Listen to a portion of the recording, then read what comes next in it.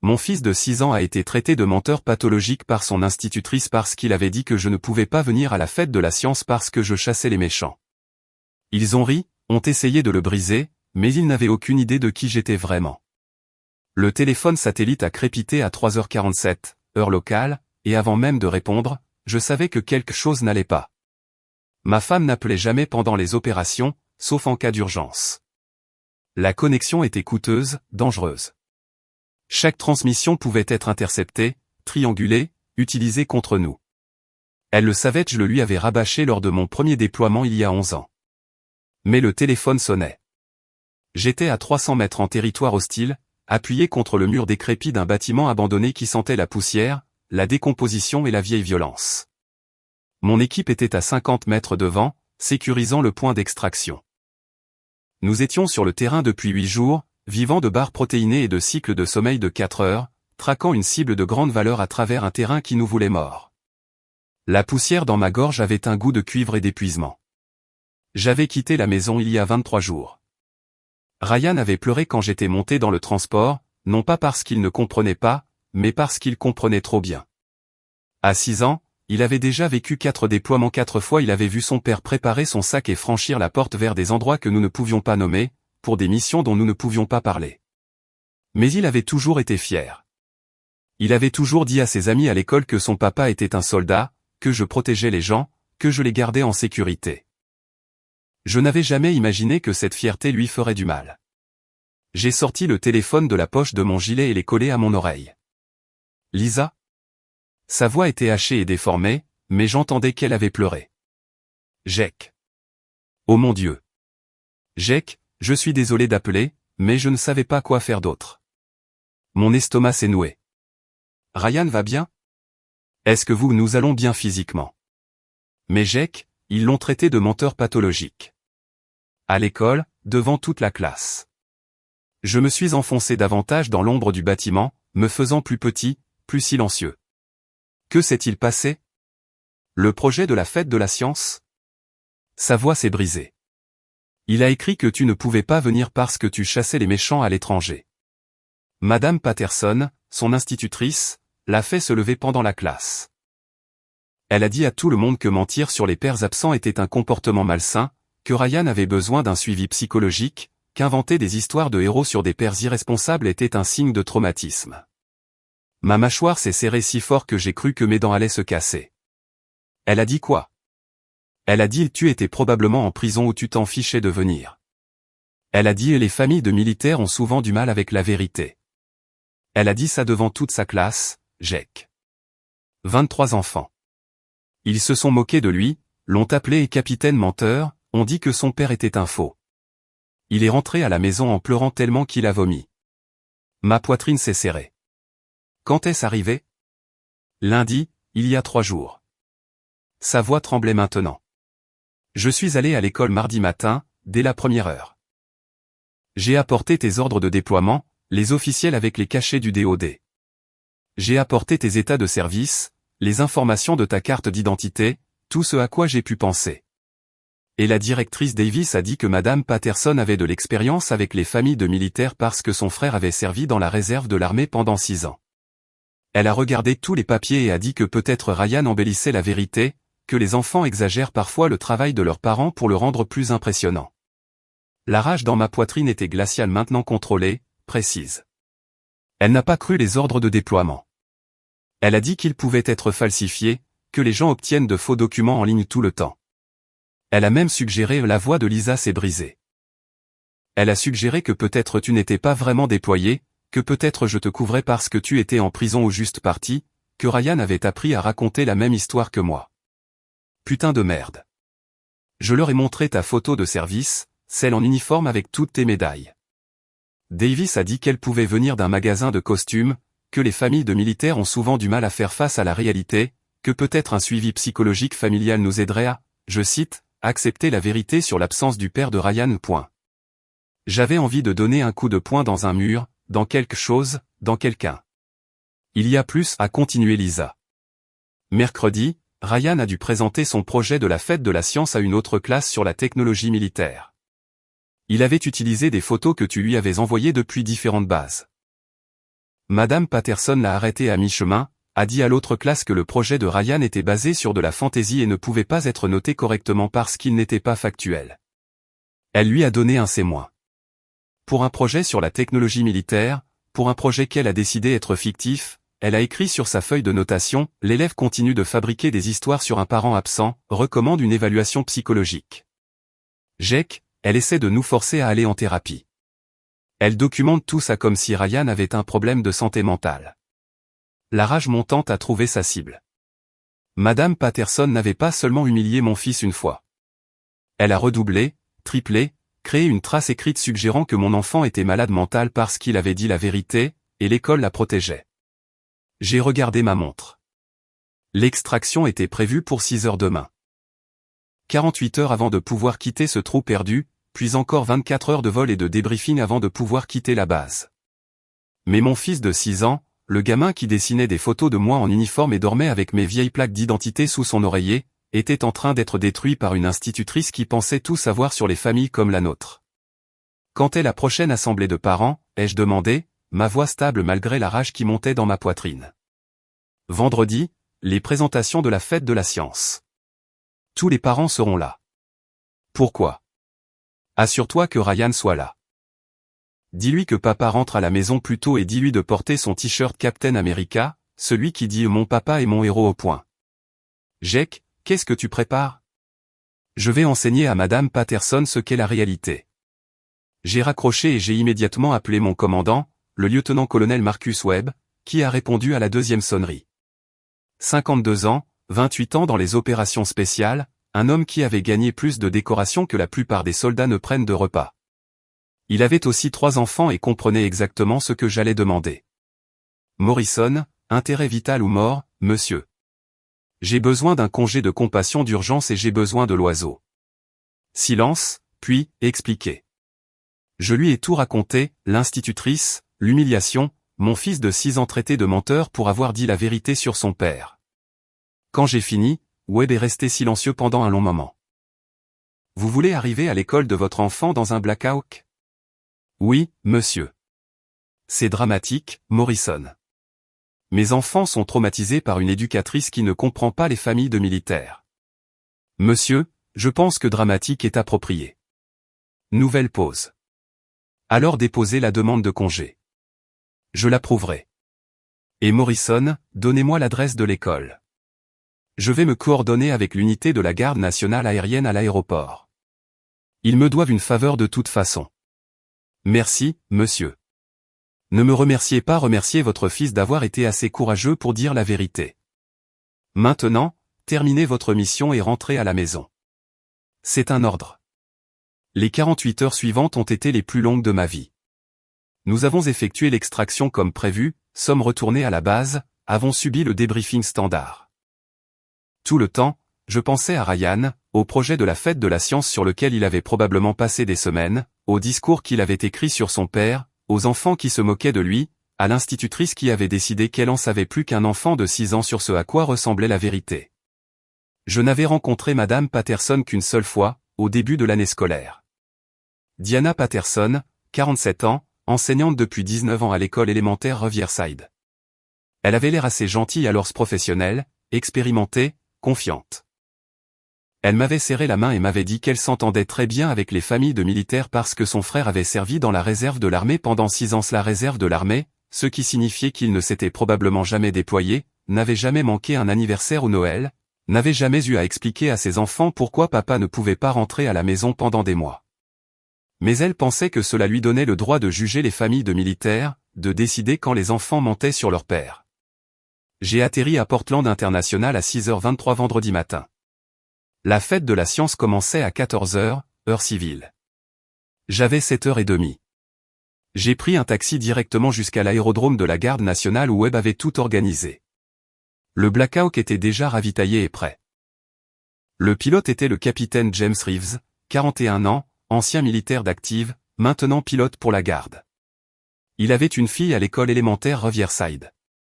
J'ai entendu ce qui est arrivé à votre fils, a-t-il dit, vérifiant le prévol. Ma fille Riley m'en a parlé. Elle a dit que toute la classe parlait du fait que le père de Ryan n'était pas réel, que Madame Patterson avait démasqué un menteur. Mes mains se sont serrées en poing. Riley l'a cru, pour ce que ça vaut, a continué Reeves. Elle a dit aux autres enfants qu'ils étaient méchants, a été envoyée au bureau du directeur pour avoir perturbé la classe. Elle a défendu mon fils. Elle l'a fait? Alors je me suis dit que je vous devais un tour. J'ai pris une douche à la base première au chaud. Dans 9 jours j'ai mis un uniforme propre. Pas l'uniforme de cérémonie. Treillis de combat. Équipement tactique complet. Gilet pare-balles avec l'écusson de mon unité et le drapeau américain sur les épaules. Bottes de combat encore poussiéreuses de l'étranger. La médaille de l'étoile de bronze épinglée sur ma poitrine, celle que j'avais gagnée pour avoir sorti 3 civils d'un bâtiment pendant une embuscade. L'un d'eux était un garçon de 6 ans qui m'avait rappelé Ryan. J'avais l'air de sortir tout juste d'un champ de bataille, ce qui était techniquement le cas. Vous êtes prêts pour ça? A demandé Reeves alors que nous nous préparions à décoller. Je suis prêt depuis mardi. L'assemblée était bondée. Lisa m'avait envoyé des SMS toute la matinée. Le gymnase de l'école élémentaire Riverside était rempli de parents tenant leur téléphone, prêts à enregistrer leurs enfants présentant des projets scientifiques sur les volcans, les systèmes solaires et ce qui fait pousser les plantes. Madame Patterson était devant avec son presse-papier, ses cheveux blonds soigneusement coiffés, son sourire étudié. La directrice Margaret Davis se tenait à côté d'elle, 62 ans, directrice depuis 14 ans, le genre d'administratrice qui privilégiait l'ordre à la justice. Je le savais parce que Lisa m'avait parlé de la conversation qu'elle avait eue avec Davis après l'incident. Madame Patterson enseigne depuis 19 ans, avait dit Davis. Elle a un excellent instinct avec les enfants. Si elle a senti que Ryan affichait un comportement préoccupant, je suis encline à faire confiance à son jugement. Mon mari est dans les opérations spéciales, avait répondu Lisa. Il est déployé à l'étranger en ce moment. Ryan ne mentait pas. Beaucoup d'enfants créent des fantasmes élaborés sur les parents absents, avait dit Davis avec une sympathie étudiée. C'est un mécanisme d'adaptation. Peut-être qu'un suivi psychologique aiderait Ryan à accepter ses sentiments concernant l'absence de son père, que cette absence soit le service militaire ou autre chose. Il m'avait en gros traité de père irresponsable qui avait abandonné sa famille. Ryan était assis au dernier rang du gymnase, seul. Lisa m'avait dit que les autres enfants s'étaient éloignés de lui après l'incident du menteur. Il portait son t-shirt Captain America, bleu foncé avec un bouclier sur le devant et mon papa et mon héros imprimé en lettres grasses dans le dos. Il avait l'air petit, isolé. Son projet scientifique, un panneau d'affichage sur la technologie militaire avec des photos que je lui avais envoyées depuis différentes bases, était posé sur la table devant lui. Personne ne le regardait. Madame Patterson était en train de louer le projet d'un autre élève sur les cristaux quand un parent au fond s'est levé. Excusez-moi, Madame Patterson, j'ai une question. L'institutrice s'est retournée, visiblement agacée. Elle était dans son élément ici, reine de son domaine. Nous sommes en pleine présentation. Est-ce que ça peut attendre? Non, a dit le parent. Je ne pense pas. Puis le son a commencé. Bas au début, rythmique, devenant plus fort. Whump, whump, whump, whump. Les fenêtres vibraient dans leur cadre. Les tasses à café sur les tables ont commencé à vibrer, les liquides débordant sur les côtés. Les lumières au plafond ont clignoté. Qu'est-ce que c'est? A demandé quelqu'un. Les parents ont regardé autour d'eux, confus. Certains se sont dirigés vers les fenêtres. Le son est devenu un rugissement qui a noyé tout le reste. Telle conversation, la directrice essayant de rétablir l'ordre, tout. Whump, whump, whump, whump. Puis les lumières dans le gymnase se sont atténuées alors que quelque chose de massif passait au-dessus, bloquant le soleil qui traversait les puits de lumière. Madame Patterson s'est dirigée vers la fenêtre. Son visage est devenu pâle, vraiment pâle, comme si quelqu'un avait drainé le sang de son visage. Un hélicoptère UH-60 Black Hawk, vert mat et gris. Marque militaire claire sur le fuselage, armé et imposant, descendait sur le terrain de football de l'école. La poussière et le vent tourbillonnaient sur le terrain en un cercle parfait. Le drapeau américain peint sur le côté était parfaitement visible. Est-ce que c'est point? Est-ce que c'est l'armée? A balbutié la directrice Davis, se frayant un chemin à travers les parents pour voir. L'hélicoptère s'est posé avec une précision parfaite. Les rotors continuaient de tourner, créant une tempête de vent qui aplatissait l'herbe. La porte latérale s'est ouverte. J'ai sauté équipement tactique complet, gilet pare-balles, bottes de combat, drapeau américain sur mon épaule, poussière de 3 pays recouvrant encore mon uniforme, l'étoile de bronze brillant sur ma poitrine, fusil en bandoulière, déchargé, bien sûr, mais ça faisait l'affaire. J'ai marché droit vers l'entrée de l'école. 2 enseignants ont essayé de m'arrêter dans le couloir. Monsieur, vous ne pouvez pas. C'est un campus sécurisé. J'ai sorti ma carte d'identité militaire. Sergent d'état-major Jake Morrison. Je suis ici pour la fête de la science. Mon fils présente un projet. Ils se sont écartés. Les portes du gymnase se sont ouvertes en grand. Toutes les têtes se sont tournées. La pièce est devenue absolument silencieuse, le genre de silence qui n'arrive que lorsque quelque chose d'impossible se produit. Je suis resté là, éclairé par les lumières du couloir, le bruit des rotors d'hélicoptères toujours audible à travers les murs. Madame Patterson, ai-je dit, ma voix portant dans tout le gymnase. Je suis le père de Ryan Morrison.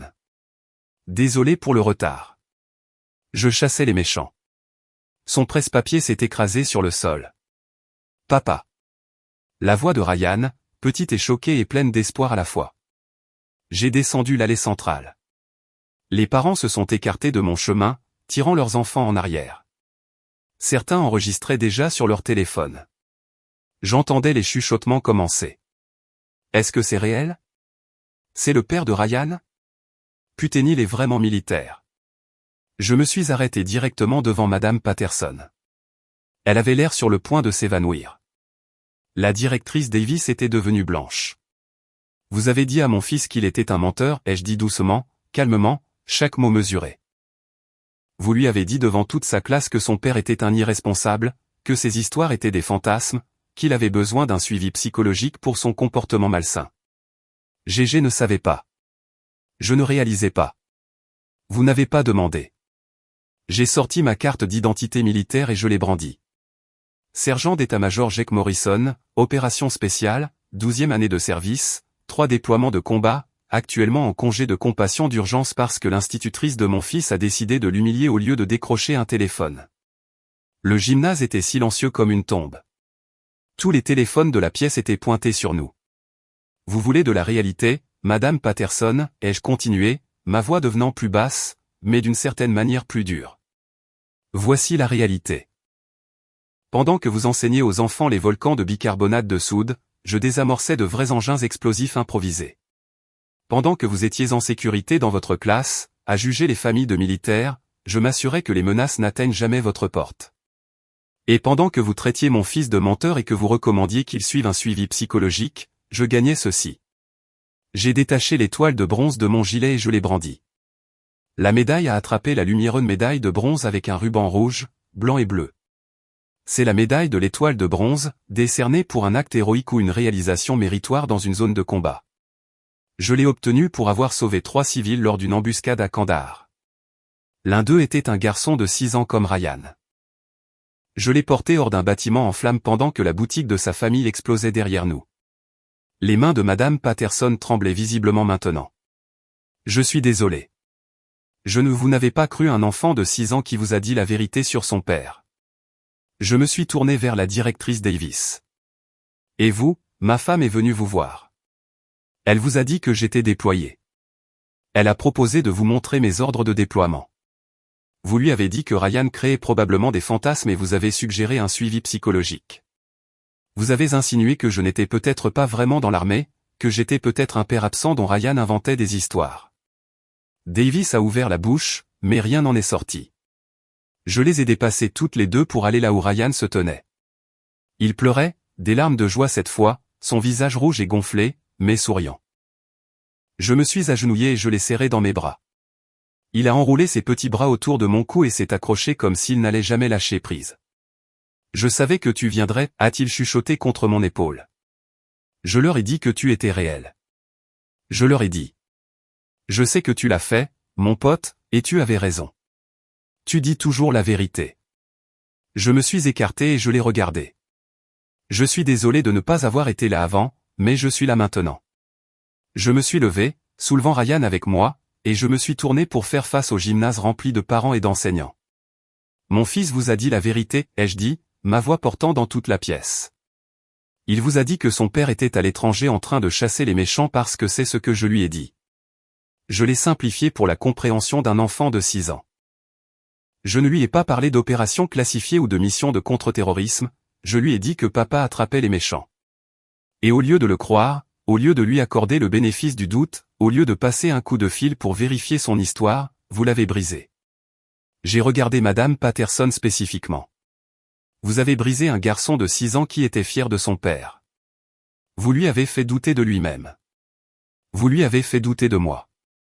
Vous avez monté ses camarades de classe contre lui. Vous avez traumatisé un enfant dont le seul crime était de dire la vérité d'une manière que vous n'approuviez pas. Elle pleurait maintenant, des larmes silencieuses coulant sur son visage. Viens, Ryan, ai-je dit. Allons rencontrer le capitaine Reeves. Il a piloté l'hélicoptère juste pour toi.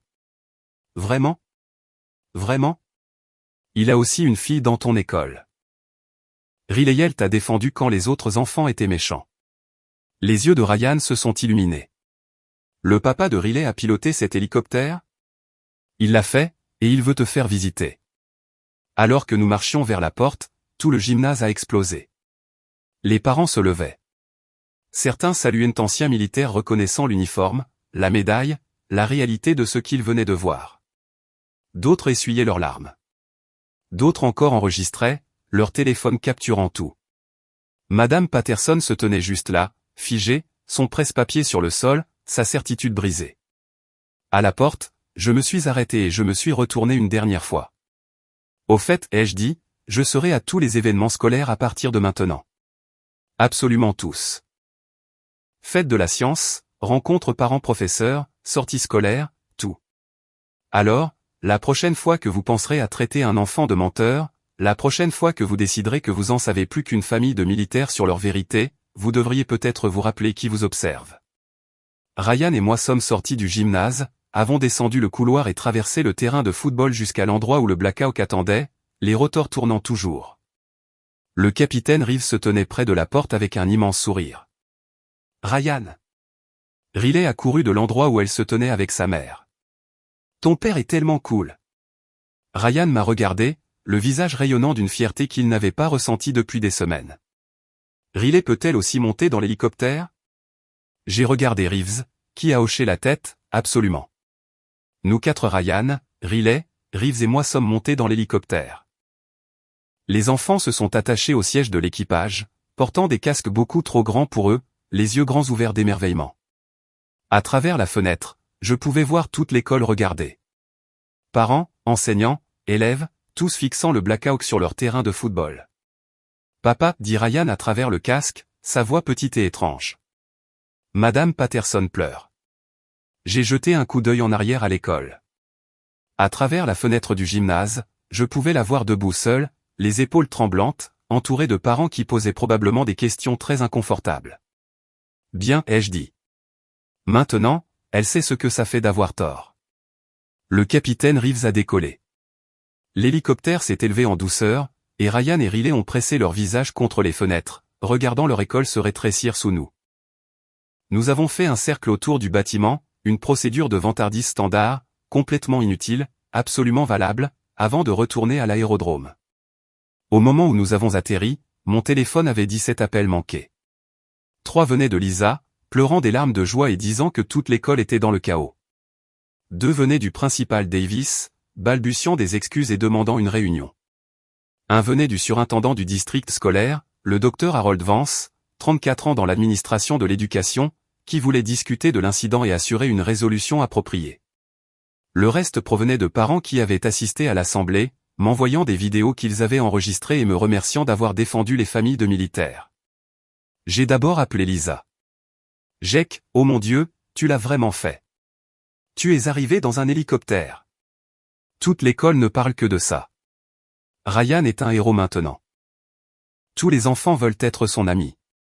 Madame Patterson est dans le bureau du principal en train de pleurer. Les parents déposent des plaintes. Jake, tu pourrais l'avoir fait virer. Bien. J'ai dit qu'elle avait traumatisé notre enfant. Je t'aime tellement. Ryan n'a pas arrêté de sourire depuis que tu es venu le chercher. Je t'aime aussi. Je serai à la maison dans 30 minutes. J'ai rappelé le principal Davis. Monsieur Morrison, je tiens à m'excuser. Épargnez-moi ça, ai-je dit. Vous vous excuserez par écrit avec des copies au surintendant, au conseil scolaire et au dossier permanent de mon fils. Vous supprimerez également toutes les notes sur un comportement préoccupant ou des recommandations de conseil du dossier de Ryan, et vous réprimanderez formellement Madame Patterson pour sa conduite. Nous enquêtons déjà. Enquêtez plus vite. Mon fils a été humilié par un éducateur trop arrogant pour vérifier des faits élémentaires. C'est inacceptable. Et si j'entends parler de représailles contre Ryan ou les enfants d'autres familles de militaires, je ferai en sorte qu'aujourd'hui ressemble à un échauffement. J'ai raccroché avant qu'elle ne puisse répondre. Le docteur Vance, le surintendant, a rappelé dans les 5 minutes. Monsieur Morrison, j'ai examiné l'incident. Je tiens à vous assurer que nous prenons ces questions très au sérieux. Madame Patterson sera mise en congé administratif en attendant une enquête complète. Nous allons revoir nos politiques concernant les familles de militaires et la formation à la sensibilité culturelle. C'est un bon début. J'aimerais également organiser une réunion avec vous, votre femme et le principal Davis pour discuter de la manière dont nous pouvons mieux soutenir les familles de militaires à l'école Riverside Elementary. Bon nombre de nos élèves ont des parents en service. Nous devons clairement faire mieux. Envoyez-moi les détails. Je serai là. Étage M. Morrison, merci pour votre service. Mon fils a fait 2 tournées en Irak. Je comprends à quel point ces déploiements sont difficiles pour les familles. La conduite de Madame Patterson était inexcusable. Ce soir-là, Ryan n'arrêtait pas de parler de l'hélicoptère, du fait que Riley ait pu le voir aussi, du fait que tous les enfants qu'il avait traités de menteurs s'étaient excusés, du fait que Madame Patterson avait pleuré. Était-ce méchant, papa, ce que tu as fait? J'y ai pensé à l'humiliation publique par rapport au traumatisme privé, à la justice par rapport à la vengeance. Je ne pense pas que c'était méchant, ai-je dit prudemment. Je pense que c'était nécessaire. Madame Patterson t'a blessé. Elle t'a fait te sentir petite et mal d'avoir dit la vérité. Elle devait comprendre à quel point c'était grave, et parfois, la compréhension nécessite de voir la vérité d'une manière que tu ne peux pas ignorer comme un hélicoptère. Comme un hélicoptère. Vais-je avoir des ennuis? Non. Tu n'as rien fait de mal. Tu as dit la vérité. Dis toujours la vérité, Ryan. Même quand les gens ne te croient pas, même quand c'est difficile, la vérité finit toujours par gagner. Il m'a serré fort dans ses bras. Je suis content que tu sois à la maison, papa. Moi aussi, mon pote. La réunion du conseil scolaire a eu lieu 2 semaines plus tard. Le surintendant Vance l'avait convoqué spécifiquement pour traiter de l'incident à l'école Riverside Elementary et des politiques concernant les familles de militaires. La salle de conférence était bondée. Lisa et moi étions assis au premier rang.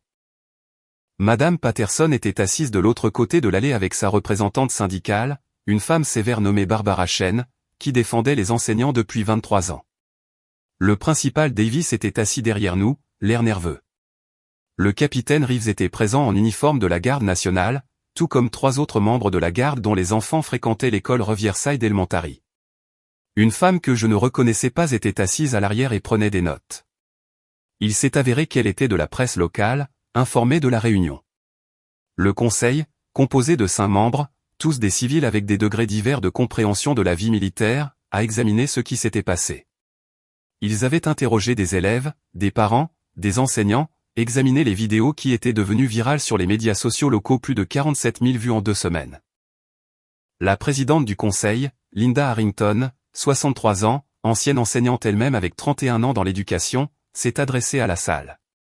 Elle avait des lunettes de lecture perchées sur le nez et une pile de documents devant elle qui devait faire 3 pouces d'épaisseur. Nous avons terminé notre enquête sur l'incident impliquant Ryan Morrison et son enseignante, Diana Patterson. Nous avons interrogé 23 élèves de la classe de Madame Patterson, 14 parents, 6 enseignants et examiné la documentation soumise par la famille Morrison et l'administration scolaire. Elle a fait une pause, regardant directement Madame Patterson. Nos conclusions sont claires et préoccupantes. Madame Patterson a fait des suppositions sur la vie familiale d'un élève sans vérification appropriée. Elle a publiquement humilié un enfant pour avoir dit la vérité. Elle a recommandé des conseils psychologiques basés sur ses convictions personnelles plutôt que sur des preuves. Elle a donné à l'élève une mauvaise note à un projet qu'elle jugeait fictif sans confirmer les faits, et elle n'a pas suivi le protocole du district pour contacter les parents au sujet d'un comportement préoccupant, ce qui nécessite une documentation et une vérification avant toute déclaration publique. La représentante syndicale de Madame Patterson a commencé à se lever. Le syndicat conteste. Le syndicat peut contester tout d'un coup, a interrompu Harrington. Nous avons des preuves vidéo de parents montrant l'arrivée du sergent d'état-major Morrison. Nous avons ces états de service militaire confirmés par les canaux officiels du DoD. Nous avons le témoignage du capitaine Reeves au sujet de sa fille ayant été disciplinée pour avoir défendu Ryan. Nous avons les tentatives documentées de Madame Morrison de fournir des preuves qui ont été rejetées. Ce n'est pas une situation de l'île a dit, elle a dit. C'est un fait documenté. Elle a de nouveau regardé Madame Patterson. Madame Patterson, vous avez dit à un enfant de 6 ans que son père était probablement en prison ou qu'il ne se souciait pas de lui. Vous l'avez traité de menteur pathologique devant ses camarades. Lorsque sa mère a apporté des ordres de déploiement officiels, vous avez suggéré qu'ils étaient faux. Lorsque l'enfant a présenté un projet scientifique sur la technologie militaire, vous l'avez qualifié de fantastique. Vous avez créé une piste de papier suggérant que cet enfant avait des problèmes de santé mentale nécessitant une intervention, tout cela parce que vous ne pouviez pas prendre la peine de passer un appel téléphonique pour vérifier son histoire. La salle était absolument silencieuse. Le district prend cela très au sérieux, a poursuivi Harrington, pas seulement à cause de ce qui est arrivé à Ryan Morrison, mais parce que cela révèle un problème systémique. Nous avons 147 élèves de familles de militaires dans ce district. Combien d'entre eux ont été mis en doute? Combien d'entre eux se sont fait dire que leurs vérités sont des mensonges? Elle a sorti un autre document. Nous avons également découvert que 3 autres familles ont contacté le bureau du principal cette semaine, des familles de militaires dont les enfants ont vécu des rejets similaires de leurs histoires au sujet de parents déployés. Madame Davis, vous avez dit à une mère que sa fille cherchait à attirer l'attention lorsqu'elle a dit que son père ne pouvait pas assister à une excursion parce qu'il était déployé au Koweït. Vous avez dit à une autre que l'essai de leur fils sur le service de sa mère dans la marine semblait exagéré. Le visage du principal Davis est devenu pâle. Je suivais le jugement professionnel de Madame Patterson. Le jugement de Madame Patterson était faux, a déclaré Harrington sèchement, de manière prouvée, démontrable fausse, et vous l'avez permis au lieu de le remettre en question. Madame Patterson fixait ses genoux. Madame Patterson sera suspendue sans salaire pour le reste du semestre. Elle devra suivre une formation à la sensibilité culturelle, en particulier concernant les familles de militaires, avant de retourner en classe. Elle sera en période probatoire pendant 2 ans. Tout incident similaire entraînera son licenciement. Ce n'était pas suffisant. Je voulais qu'elle soit virée, mais c'était quelque chose. De plus, a poursuivi Harrington, le principal Davis suivra une formation supplémentaire sur les ressources pour les familles de militaires et établira un poste de liaison formel pour soutenir les familles de militaires à l'école Riverside Elementary. Madame Davis sera en probation administrative pendant 1 an. Tout incident similaire pendant cette période entraînera son licenciement. La tête de Davis est tombée. Le district mettra en œuvre une formation obligatoire pour tous les enseignants sur les défis uniques auxquels sont confrontées les familles de militaires et sur l'importance de la vérification avant de faire des suppositions sur la vie familiale des élèves. Cette formation sera dispensée par le réseau de ressources pour les familles de militaires de l'Oregon et sera suivie par tout le personnel dans les 90 jours. Elle a regardé autour de la salle. Nous établissons également une nouvelle politique. Tout enseignant qui remet publiquement en question la déclaration véridique d'un élève au sujet du déploiement ou du service d'un parent militaire fera l'objet d'une suspension immédiate en attendant une enquête. Tout administrateur qui rejette les préoccupations d'un parent au sujet d'un tel traitement sera confronté à la même chose. Nous ne tolérons plus cela. Elle a sorti un dernier document. Monsieur Morrison, Madame Morrison, au nom du conseil scolaire, je m'excuse pour ce que votre famille a vécu. Votre fils méritait mieux. Toutes les familles de militaires méritent mieux. Nous vous avons manqué de respect, et nous ferons mieux. Il y a eu des applaudissements dispersés de la part des familles de militaires présentes. Madame Patterson pleurait en silence. Sa représentante syndicale avait l'air sombre. Encore une chose, a dit Harrington.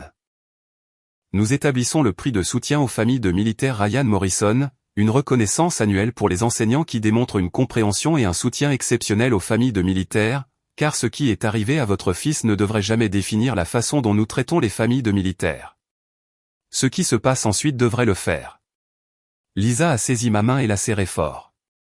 Après la réunion, 4 familles de militaires différentes nous ont approché des parents que je n'avais jamais rencontrés dont les enfants fréquentaient différentes écoles du district qui avaient entendu parler de ce qui s'était passé. Merci, a dit une mère. Elle portait une tenue de sport de l'armée et avait l'air de venir directement de la base.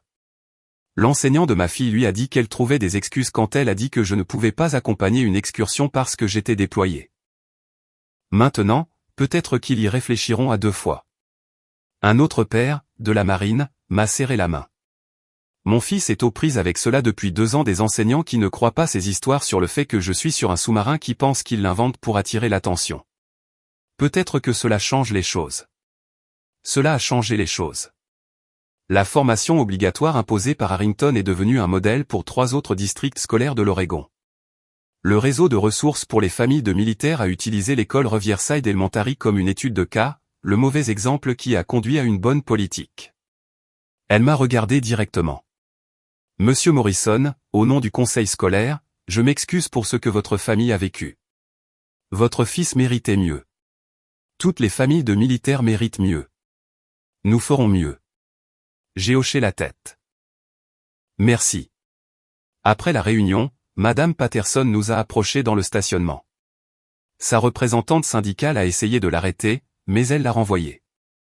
Monsieur Morrison, Madame Morrison, je veux m'excuser. Vraiment m'excuser, pas seulement parce qu'on m'a dit de le faire. Ses yeux étaient rouges, elle avait pleuré. J'avais tort, complètement tort. J'ai fait des suppositions basées sur mon expérience limitée. J'ai traumatisé votre fils. Il n'y a aucune excuse pour cela. Elle m'a regardé. Vous regardez entrer dans ce gymnase en tenue de combat complète, voir ce métal, réaliser que tout ce que Ryan avait dit était vrai, cela m'a détruite, pas parce que j'ai eu des ennuis, mais parce que j'ai blessé un enfant qui n'avait rien fait de mal, parce que j'ai brisé un petit garçon qui était fier de son père. Vous l'avez fait, a dit Lisa doucement. Il est rentré à la maison en pleurant. Il m'a demandé si son père était réel. Un enfant de 6 ans m'a demandé si son père était réel parce que vous lui avez fait douter de tout. Je sais, la voix de Madame Patterson s'est brisée. Je sais, et je porterai cela pour le reste de ma carrière. Je suis désolé. Je suis tellement, tellement désolé. Je voulais rester en colère, voulais m'accrocher à cette rage, mais en la regardant, cette femme qui croyait sincèrement qu'elle aidait, qui avait fait une terrible erreur et qui en subissait maintenant les conséquences, j'ai constaté que je ne pouvais pas. Ryan vous a pardonné, ai-je dit après tout. Nous lui avons demandé s'il voulait changer de classe. Il a dit non. Il a dit, vous avez fait une erreur, mais tout le monde fait des erreurs. C'est ce que nous lui enseignons, le pardon. Madame Patterson a recommencé à pleurer. Alors, je vais suivre l'exemple de mon fils, ai-je continué. Je vous pardonne, mais je n'oublierai pas, et Ryan non plus. Il se souviendra que son père s'est présenté quand il avait besoin de lui, qu'il est important de dire la vérité, et que parfois, il faut se battre pour que les gens vous croient. Elle a hoché la tête, incapable de parler. Nous sommes allés à notre voiture. Ryan était avec la mère de Lisa en train de dîner et ne se doutait absolument pas du drame des adultes qui se déroulait encore. Tu penses qu'elle a appris, a demandé Lisa. Je pense qu'elle ne refera plus jamais cette erreur, ai-je dit, ce qui signifie qu'un autre enfant ne sera pas blessé comme Ryan l'a été. C'est suffisant. 6 mois plus tard, la classe de Ryan a eu une journée carrière. Des parents sont venus parler de leur travail: comptable, médecin, plombier, enseignant, toutes les carrières normales, et un soldat des opérations spéciales qui était devenu une sorte de légende à l'école Riverside Elementary. J'ai montré aux enfants mon équipement, mes médailles, et expliqué en termes de 6 ans ce que je faisais. 23 enfants étaient assis avec une attention soutenue, posant des questions, voulant entendre des histoires. Madame Patterson se tenait à l'arrière de la salle, regardant tranquillement. Elle avait terminé sa formation, était revenue depuis 3 mois, et était différente maintenant, plus prudente, plus humble, plus disposée à poser des questions avant de faire des suppositions. Après ma présentation, Ryan a levé la main. Oui, Ryan, ai-je dit en souriant. Mon père est un héros, a-t-il dit clairement. Je vous l'ai déjà tous dit, et c'est vrai. Mon père est un héros. Toute la classe a applaudi. Madame Patterson a également applaudi, les larmes aux yeux. Après la classe, elle m'a approché à ma voiture. Merci, a-t-elle dit, d'être venue aujourd'hui, d'avoir montré aux enfants, de m'avoir donné la chance de voir comment cela se fait bien. De rien. Ryan parle de vous à tout le monde maintenant, de ce que vous faites, de la journée de l'hélicoptère. Il est si fier. Il devrait l'être, ai-je dit, pas à cause de moi, mais parce qu'il a défendu la vérité quand tout le monde lui a dit qu'il avait tort. Cela demande du courage. C'est vrai, elle s'est arrêtée. J'ai appris quelque chose ce jour-là. Quand vous êtes entré dans ce gymnase, j'ai réalisé que j'enseignais depuis 19 ans et que je n'avais jamais vraiment compris ce que les familles de militaires sacrifient pas vraiment. Les 6 ans de mon frère dans la réserve? Ce n'était pas un vrai service, pas comme le vôtre, pas comme ce que votre famille endure. Chaque service compte, ai-je dit, mais vous avez raison. À moins de l'avoir vécu, vous ne pouvez pas pleinement le comprendre. Tout ce que nous demandons, c'est que vous essayiez, que vous posiez des questions, que vous croyiez les enfants quand ils vous disent la vérité. Je le ferai. Je le promets. Je suis rentré chez moi ce soir-là en pensant à la façon dont un moment terrible avait dégénéré en changement, à la façon dont l'humiliation de mon fils avait conduit à de nouvelles politiques, à une meilleure formation, à une plus grande sensibilisation, à la façon dont parfois il faut faire exploser les choses, parfois littéralement atterrir un hélicoptère sur un terrain de football pour que les gens fassent attention. Ryan était à la table de la cuisine quand je suis rentré, travaillant sur un nouveau projet. « Qu'est-ce que c'est ?» ai-je demandé. « Une nouvelle affiche pour ma chambre. » Il l'a tenue fièrement. Elle montrait un hélicoptère dessiné au crayon, un soldat en tenue tactique, et en grandes lettres en haut, « Mon père est un héros et il le prouve. » Tu aimes? Je l'ai pris dans mes bras. J'adore, mais tu sais quoi, Ryan? Tu es un héros aussi. Tu as dit la vérité quand tout le monde disait que tu mentais. Tu as défendu ce qui était juste. C'est ce que font les héros. Nous sommes tous les deux des héros alors? Ouais, ai-je dit. Nous sommes tous les deux des héros. Et quelque part dans un bureau de district scolaire, de nouvelles politiques étaient en cours de rédaction. Une formation à la sensibilité culturelle était en cours de planification. On rappelait aux enseignants que les familles de militaires se sacrifient d'une manière que les civils ne peuvent souvent pas imaginer. Et un garçon de 6 ans qui avait été traité de menteur dormait profondément, sachant que son père était réel, que sa vérité avait gagné. Et parfois, juste parfois, la justice arrive dans un hélicoptère Black Hawk avec une étoile de bronze épinglée sur sa poitrine. La vérité finit toujours par gagner. Il suffit d'être assez courageux pour la dire. Et parfois, si vous êtes vraiment chanceux, votre père se présente avec un hélicoptère pour prouver que vous avez raison.